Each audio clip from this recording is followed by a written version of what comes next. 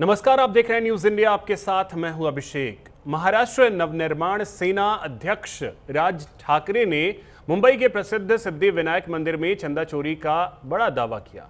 दावा है कि मुंबई के मशहूर सिद्धि विनायक मंदिर में हर साल 18 करोड़ रुपए का चंदा हड़प लिया जाता है। ठाकरे ने कहा कि आजकल मंदिर भी सुरक्षित नहीं है और उन्होंने मांग की कि प्रधानमंत्री नरेंद्र मोदी इस मुद्दे पर बात करें। राज ठाकरे ने अपने आरोपों के समर्थन में मंदिर ट्रस्टियों द्वारा उप मुख्यमंत्री एकनाथ शिंदे को लिखे गए एक पत्र का हवाला दिया। वहीं दूसरी तरफ सिद्धि विनायक मंदिर ट्रस्ट ने इन आरोपों पर सफाई देते हुए कहा है कि मामला पुराना है और जैसे ही अनियमितताओं की जानकारी मिली थी तत्काल कार्रवाई की गई थी। ट्रस्ट के मुताबिक इस मामले में 9 कर्मचारियों को गिरफ्तार कर जेल भेजा जा चुका है।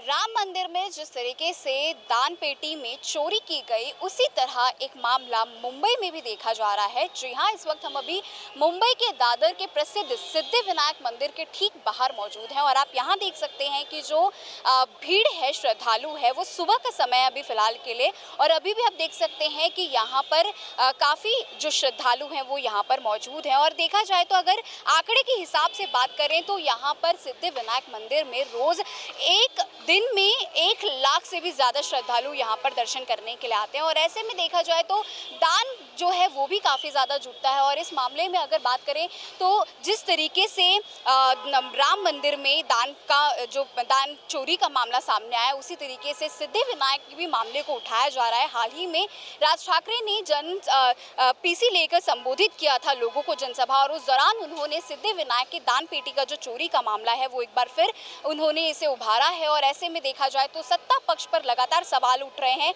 और ऐसे में जब एकनाथ शिंदे से सवाल किया गया तो उन्होंने इसे महाविकास आघाड़ी पर थोपते हुए बताया कि ये उनके दौरान हुआ। 2019 से 22 तक में चोरी की गई, जहां पर सीसीटीवी फुटेजेस के थ्रू जो कि मार्च में खंगाला गया, तब पता चलता है कि जो चोरी है वो ट्रस्ट और यहाँ के जो कर्मचारी हैं उनके द्वारा किया जा रहा था। हालांकि जो हालिया ट्रस्ट है वो इसे महज एक कर्मचारी द्वारा चोरी बता रही हैं। लेकिन ऐसे में देखा जाए तो जो विपक्ष है उन पर ये घिराव हो रहा है। और ऐसे में बताया जा रहा है कि जो चोरी है वो जब उस समय जो चोरी हो रहा था जांच से पहले, तब इसे 50 लाख से भी कम चढ़ावा आता था। और ऐसे में जब 9 लोगों की गिरफ्तारी की गई जांच के बाद में, तो ऐसे में ये चढ़ावा बढ़कर 1.5 करोड़ रुपए हो गए। अब ऐसे में देखा जाए तो एक काफ़ी गंभीर मुद्दा है, क्योंकि राम मंदिर को लेकर जिस तरीके से पैसे चोरी हुए और दान का काफ़ी ज़्यादा घपला देखा गया, ऐसे में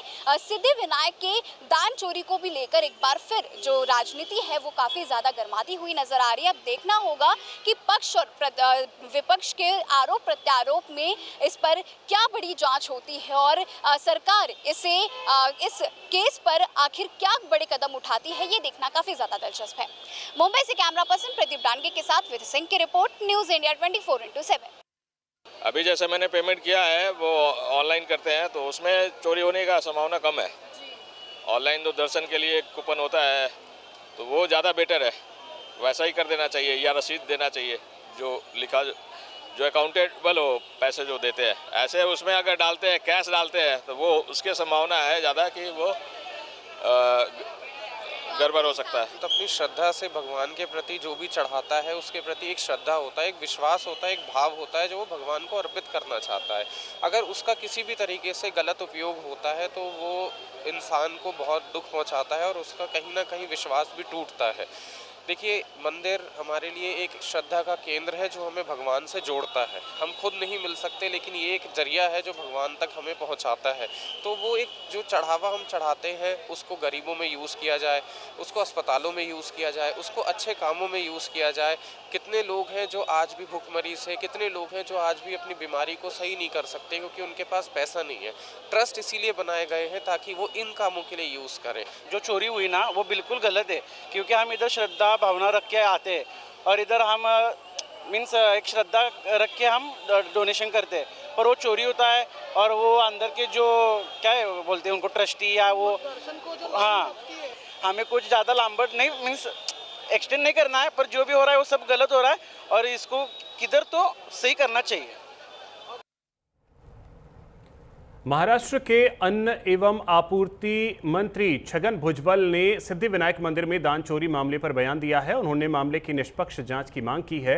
नासिक दौरे के दौरान उन्होंने कहा कि सिद्धिविनायक मंदिर पूरे देश की आस्था का केंद्र है। महाराष्ट्र सरकार और पुलिस इस मामले की निष्पक्ष जांच कर दोषियों के खिलाफ सख्त कार्रवाई करे। चढ़ावा जो लोग चढ़ाते हैं भगवान को, सिद्धिविनायक को, उस चढ़ावे में कुछ गलत हुआ है या कुछ मतलब जो चंदा जमा होता है तो शायद उनके पास कोई मालूमात होगी, वो अगर सरकार को, शासन को दे देंगे तो उसकी इंक्वायरी होगी और क्या गलत है क्या सही है साबित होगा। शिवसेना यूबीटी सांसद संजय राउत ने शिंदे की शिवसेना को निशाने पर लिया। दरअसल पुणे में केंद्रीय गृह मंत्री अमित शाह के स्वागत में लगाए गए होर्डिंग्स को लेकर एकनाथ शिंदे की शिवसेना पर उन्होंने बयान दिया। राउत ने कहा कि होर्डिंग्स में बाला साहेब ठाकरे और आनंद दिघे की तस्वीरें नहीं हैं, जो कई सवाल खड़े करता है। धीरे धीरे दिखावा और सच्चाई का अंतर सामने आता जा रहा है। राउत ने इसे दिखावे और सच्चाई के बीच का अंतर बताया।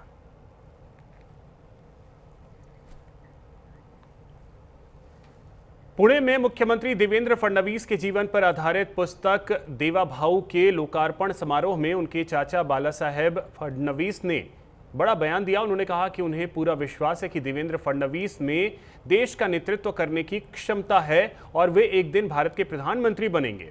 इस बयान के बाद महाराष्ट्र के राजनीतिक गलियारों में चर्चाएं तेज हो गई हैं।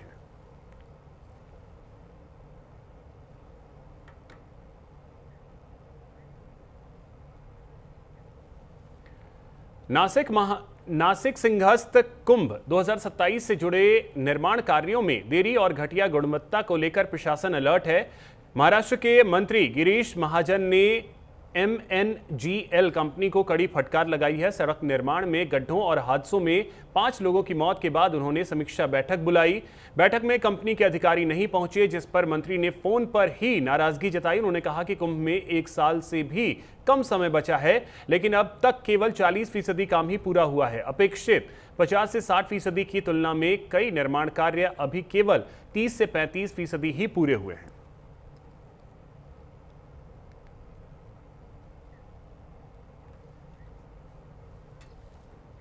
भिवंडी में इमारत हादसे में 10 लोगों की मौत के बाद पूर्व विरोधी पक्ष नेता गुड्डू खालिद ने नगर निगम और पुलिस प्रशासन पर गंभीर सवाल उठाए। उन्होंने कहा कि शहर में हो रहे अवैध निर्माणों पर तत्काल रोक लगाई जानी चाहिए, क्योंकि यह पहली बार नहीं है जब किसी इमारत के गिरने से लोगों की जान गई हो। खालिद ने कहा कि पिछले वर्ष मुंब्रा में भी इमारत गिरने से कई लोगों की मौत हुई थी, लेकिन इसके बावजूद प्रशासन ने कोई सबक नहीं लिया। उन्होंने कहा कि मुख्यमंत्री देवेंद्र फडणवीस और उप मुख्यमंत्री एकनाथ शिंदे से मांग करेंगे कि भिवंडी निजामपुर महानगर पालिका के आयुक्त के खिलाफ सख्त कार्रवाई की जाए। साथ ही पुलिस प्रशासन भी हादसे के लिए जिम्मेदार लोगों के खिलाफ कानूनी कार्रवाई करे।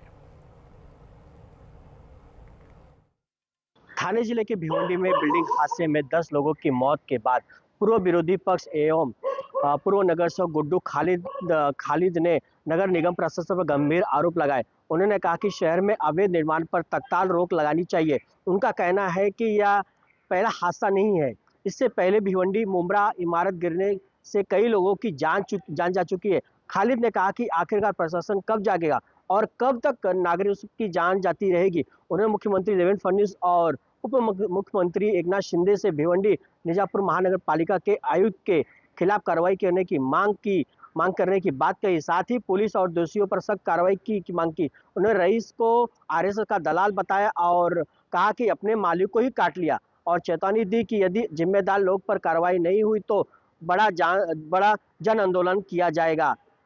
सुनील शर्मा, कल्याण से न्यूज इंडिया के लिए। नॉट कमिश्नर, इतना बड़ा हादसा होने के बाद वो छुट्टी लेकर बैठा है, इसलिए ऐसे म्युनिसिपल कमिश्नर के ऊपर मैंने वरिष्ठ पुलिस निरीक्षक भोईवाड़ा, ACP DCP कमिश्नर, हमारे महाराष्ट्र से मुख्यमंत्री जी, हमारे डिप्टी CM एकनाथ शिंदे साहब से मांगनी किया है, इसको तुरंत सस्पेंड किया जाए और इसके ऊपर FIR किया जाए और जितने लोग इसमें मुलविस हैं वो सारे लोगों के ऊपर FIR होना चाहिए। अरविंद घुघरे जो 3 बत्ती के ऊपर वो ठेले गाड़ी तोड़ता था, गरीबों को परेशान करता था, आज वो प्रभाग 4 का चेयरमैन पश्चिम के आमदार महेश चौगले के आशीर्वाद से बैठा है और वो हफ्ता वसूल रहा है। और जितने भी पदाधिकारी इस वक्त महानगर पालिका में नियुक्त हुए हैं अलग अलग विभाग में, सबसे महापौर हफ्ता ले रहा है और हफ्ते के जरिए ये पूरा कारोबार चल रहा है। महाराष्ट्र के नंदुरबार के तोरणमाल पर्यटन स्थल पर पर्यटकों के 2 गुटों के बीच मारपीट हो गई। कहा जा रहा है कि विवाद शराब के नशे में हुआ। सीताखाई पॉइंट पर हुई इस झड़प में महिलाओं के साथ धक्का मुक्की के भी आरोप लगे हैं। सूचना मिलते ही पुलिस मौके पर पहुंची और स्थिति को नियंत्रित किया। बताया जा रहा है कि एक गुट शाहदा तहसील के चिखली कानली गांव का था, जबकि दूसरा गुट गोगापुर का रहने वाला था। घटना के बाद स्थानीय लोगों ने पर्यटन स्थल पर शराब पीकर हुड़दंग मचाने वाले पर्यटकों पर नाराजगी जताई। घटना के बाद स्थानीय लोगों ने तोरणमाल पर्यटन स्थल पर अतिरिक्त पुलिस बल की तैनाती की मांग की। फिलहाल दोनों पक्षों के खिलाफ मामला दर्ज कर जांच शुरू कर दी गई है।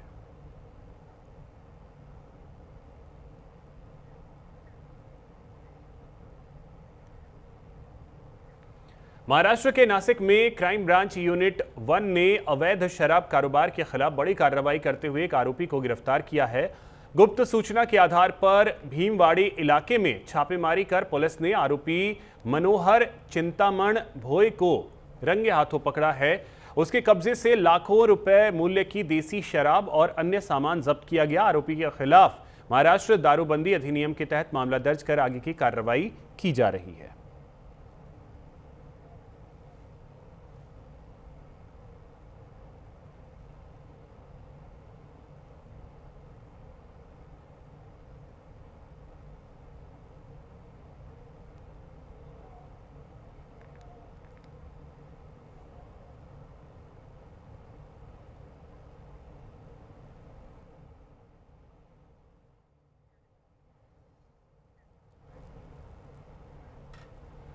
इथेनॉल वाले पेट्रोल पर एक बार फिर सियासी बवंडर उठा है। आम आदमी पार्टी के संयोजक अरविंद केजरीवाल ने विरोध जताने के लिए प्रधानमंत्री आवास कूच करने का ऐलान किया है। केजरीवाल ने ऐलान किया है कि 4 अगस्त को दोपहर 12 बजे 100 लोगों के साथ पीएम आवास जाएंगे। E20 के खिलाफ 2 लाख से ज्यादा लोगों के साइन किए हुए अर्जी पीएम को सौंपेंगे। केजरीवाल ने आरोप लगाया कि इथेनॉल वाले पेट्रोल की वजह से गाड़ियों को नुकसान हो रहा है, गाड़ियों के इंजन खराब हो रहे हैं, माइलेज पर असर पड़ रहा है। हालांकि सरकार इन सभी आरोपों को खारिज कर रही है। सरकार का दावा है कि E20 पेट्रोल से एक भी गाड़ी खराब नहीं हुई है। हालांकि संसद में सरकार ने माना है कि BS3 मानक वाली कुछ गाड़ियों में E20 के कारण रबर पार्ट्स और गैस्केट बदलने पड़ सकते हैं। अब सवाल है कि आखिर E20 पर पेट्रोल विवाद कब और कैसे खत्म होगा।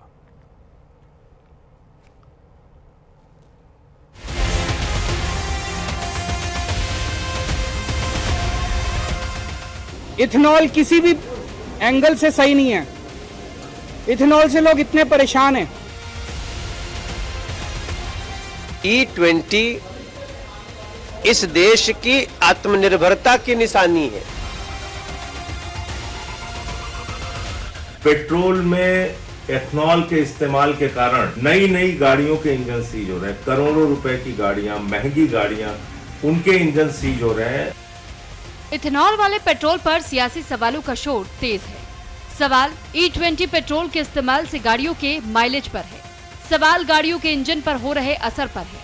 सवाल E20 को लेकर सरकार के दावों पर है। और इन्हीं सवालों के बीच आम आदमी पार्टी के संयोजक अरविंद केजरीवाल ने ऐलान किया है कि E20 पेट्रोल नीति के विरोध में पीएम आवास तक मार्च निकालेंगे। मंगलवार को दोपहर के वक्त पीएम आवास जाएंगे। करीब 100 लोगों के साथ पीएम आवास तक विरोध प्रदर्शन करेंगे। E20 के खिलाफ 2 लाख से ज्यादा लोगों के साइन किए हुए अर्जी पीएम को सौंपेंगे। कुछ दिन पहले मैंने कहा था प्रधानमंत्री के नाम पिटीशन साइन करो। 2 लाख से ज्यादा लोगों ने पिटीशन साइन किए ऑनलाइन। उनके प्रिंट आउट ले लिए मैंने। मंगलवार को 4 तारीख को सुबह 12 बजे वो सारी पिटीशन लेके मैं प्रधानमंत्री जी को देने के लिए व्यक्तिगत खुद जाऊंगा उनके घर की तरफ। सबको आने की जरूरत नहीं है, अपने साथ 100 ऐसे लोग लेके जाऊंगा जिनको डंडे से डर नहीं लगता। इसके साथ ही आम आदमी पार्टी के संयोजक ने इथेनॉल वाले पेट्रोल के मुद्दे पर सरकार से 3 मांग की। हर पेट्रोल पंप पर E20 और शुद्ध पेट्रोल दोनों का विकल्प मिले। E20 के रेट शुद्ध पेट्रोल से सस्ता होना चाहिए। शुद्ध पेट्रोल की कीमत 84 रुपए प्रति लीटर से कम होनी चाहिए। और आज आपकी सहमति चाहता हूं कि हमारी 3 मांग है। पहली मांग, हर पेट्रोल पंप पे या अलग अलग पेट्रोल पंप पे आप हमें ऑप्शन दो। दूसरी डिमांड, प्योर पेट्रोल से E20 सस्ता होना चाहिए। तीसरी डिमांड, मैंने कैलकुलेट करा है, आज जबरदस्ती तेल कंपनियों को फायदा पहुंचाने के लिए पेट्रोल महंगा कर रखा है। पेट्रोल 84 रुपए से कम होना चाहिए, 84 रुपए लीटर से। E20 पेट्रोल पर सियासी सवाल, उबाल और बवाल के बीच E20 पेट्रोल पॉलिसी पर अडिग रहते हुए सरकार ने बड़ा दावा किया है। पेट्रोलियम मंत्रालय ने कहा, अगर ये कदम न उठाया गया होता तो ग्लोबल मार्केट में कच्चे तेल के दाम $135 प्रति बैरल तक पहुंचने पर देश में पेट्रोल की कीमत 125 रुपए प्रति लीटर तक पहुंच जाती। एथेनॉल के कारण मिडिल ईस्ट संकट के दौरान करीब 30 रुपए प्रति लीटर से सीधी बचत हुई। E20 पेट्रोल के इस्तेमाल से 1.90 लाख करोड़ रुपए से ज्यादा की विदेशी मुद्रा बची। एथेनॉल की वजह से किसानों को 1.66 लाख करोड़ रुपए से अधिक की अतिरिक्त आय हुई। इससे पहले पेट्रोलियम मंत्री साफ कह चुके हैं कि एथेनॉल वाले पेट्रोल से गाड़ियों को कोई नुकसान नहीं हो रहा। There are 20 crore two-wheelers on the road. There are 20 lakh four-wheelers using that fuel on the road. There are the automobile manufacturers. There are the people who service the cars. They all say there is no difficulty. Now, why this sudden interest? Look, we have been on E15 for the last 3.5 years. We have been on E20 since April of last year. Petroleum मंत्री का दावा है कि E20 petrol से कोई दिक्कत नहीं है। हालांकि राज्यसभा में केंद्रीय परिवहन मंत्री नितिन गडकरी ने एक सवाल का लिखित जवाब देते हुए माना है कि BS3 मानक वाली कुछ पुरानी गाड़ियों में E20 के कारण कुछ रबर पार्ट्स और गैसकेट बदलने पड़ सकते हैं। 2005 से 2016 के बीच बनी गाड़ियों में दिक्कत आ सकती है। गाड़ी की कैटेगरी और उम्र के आधार पर माइलेज में गिरावट आ सकती है। E20 पेट्रोल से इंजन फेल होने की कोई सबूत नहीं मिले। गडकरी ने कहा कि स्टडीज में E20 से गाड़ियों की कुल परफॉर्मेंस या टिकाऊपन पर कोई बड़ा असर नहीं पाया गया है। लेकिन सरकार के इन दावों पर सवाल खड़े करते हुए समाजवादी पार्टी के अध्यक्ष अखिलेश यादव ने पूछा कि अगर E20 पेट्रोल इतना अच्छा है तो ऑटोमोबाइल कंपनियां इसका प्रचार क्यों नहीं कर रही हैं? E20 अगर इथेनॉल मिलाना पेट्रोल में इतना लाभदायक है या इफिशिएंसी या माइलेज बढ़ता है तो ये कम से कम ऑटोमोबाइल कंपनियों को ये कहना चाहिए, अपने ऐड देने चाहिए। इस बात पर हम लोग कई बार चर्चा कर चुके हैं कि अगर E20 से माइलेज बढ़ता है, इफिशिएंसी बढ़ती है, मेंटेनेंस जीरो होता है तो इनको E20 के लिए जितनी भी ऑटोमोबाइल कंपनी है उनको ऐड देना चाहिए। E20 सिर्फ पेट्रोल नहीं बल्कि सियासत का नया ईंधन बन चुका है। सड़क से लेकर संसद तक एथेनॉल वाले पेट्रोल पर सवाल उठ रहा है। सवाल है कि क्या वाकई E20 वाले पेट्रोल के इस्तेमाल से गाड़ियों का माइलेज कम हो रहा है? क्या एथेनॉल वाले पेट्रोल से गाड़ियों का इंजन खराब हो रहा है? और सवाल ये भी कि आखिर E20 पर पेट्रोल विवाद कब और कैसे खत्म होगा? Bureau report, news India.